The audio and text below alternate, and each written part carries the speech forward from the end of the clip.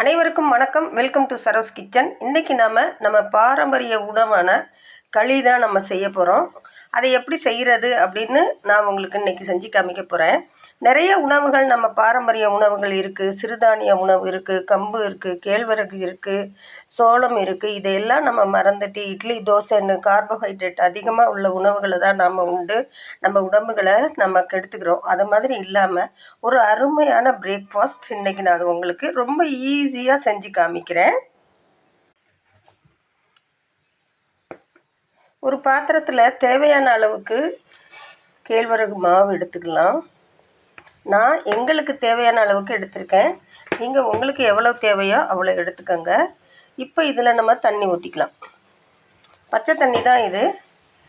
இதை ஊற்றிட்டு நல்ல ஒரு விஸ்கு வச்சு இதை நல்லா கட்டி இல்லாமல் கலந்து இப்போ பாருங்கள், கட்டி இல்லாமல் நான் இதை கரைச்சி எடுத்துட்டேன். இதை ஒரு ஓரமாக ஒரு பாத்திரத்தில் ஒரு 300 மில்லி அளவு தண்ணி எடுத்திருக்கேன். இப்போ நான் எடுத்த மாவு 300 கிராம் இருக்கும். இப்போ இந்த மாவில் ரொம்ப சூடாகக்கூடாது, தண்ணி கொஞ்சமாக சூடானாலே போதும். இப்போ இதில் ஊற்றி இப்படியே கிண்டிக்கிட்டே இருக்கணும். இது ரொம்ப கெட்டியாக வரும்போது தான் நாம் வேறு தண்ணியை ஊற்றணும்.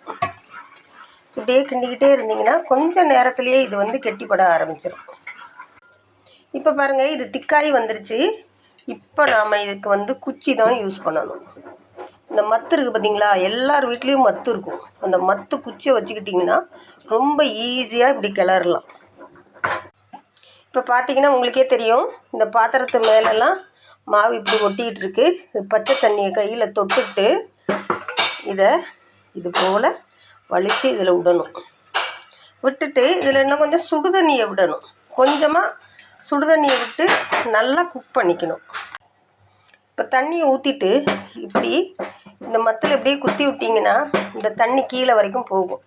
அப்போ இதை அடி பிடிக்காமல் உங்களுக்கு வெந்து கிடைக்கும். ஒரு மூடி போட்டு மூடி வச்சிடலாம். இப்போ இந்த களி வெந்துருச்சா அப்படிங்கிறத நாம் எப்படி கண்டுபிடிக்கிறது? இங்கே பாருங்கள், இப்படி கையில் பச்சை தண்ணியை தொட்டுட்டு இப்படி எடுத்து பார்த்தீங்கன்னா நம்ம கையில் ஒட்டாமல் வந்துருச்சுன்னா இது குக் ஆகிடுச்சு. அவ்வளோதாங்க. இப்போ களி ரெடி ஆயிடுச்சு. ஸ்டவ் ஆஃப் பண்ணிடலாம். ஒரு 10 நிமிஷம் இதை அப்படியே வச்சுருக்கலாம்.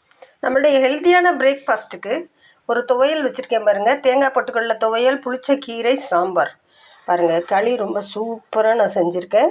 இதே போல் நீங்களும் செஞ்சு சாப்பிடுங்க. உடலை ஆரோக்கியமாக வச்சுக்கோங்க. நம்ம பாரம்பரிய உணவுகளை எப்பொழுதுமே மறந்துடாதீங்க. சிறுதானிய உணவுகளையும் நீங்கள் சாப்பிட்டு பழகணும். குழந்தைகளுக்கும் பழக்கப்படுத்தணும். இந்த வீடியோ பிடிச்சிருந்துச்சுன்னா லைக் பண்ணுங்கள். உங்கள் ஃப்ரெண்ட்ஸ் அண்ட் ஃபேமிலிக்கு ஷேர் பண்ணுங்கள். கமெண்ட் பண்ணுங்கள். சப்ஸ்கிரைப் பண்ணுங்கள். தேங்க்யூ.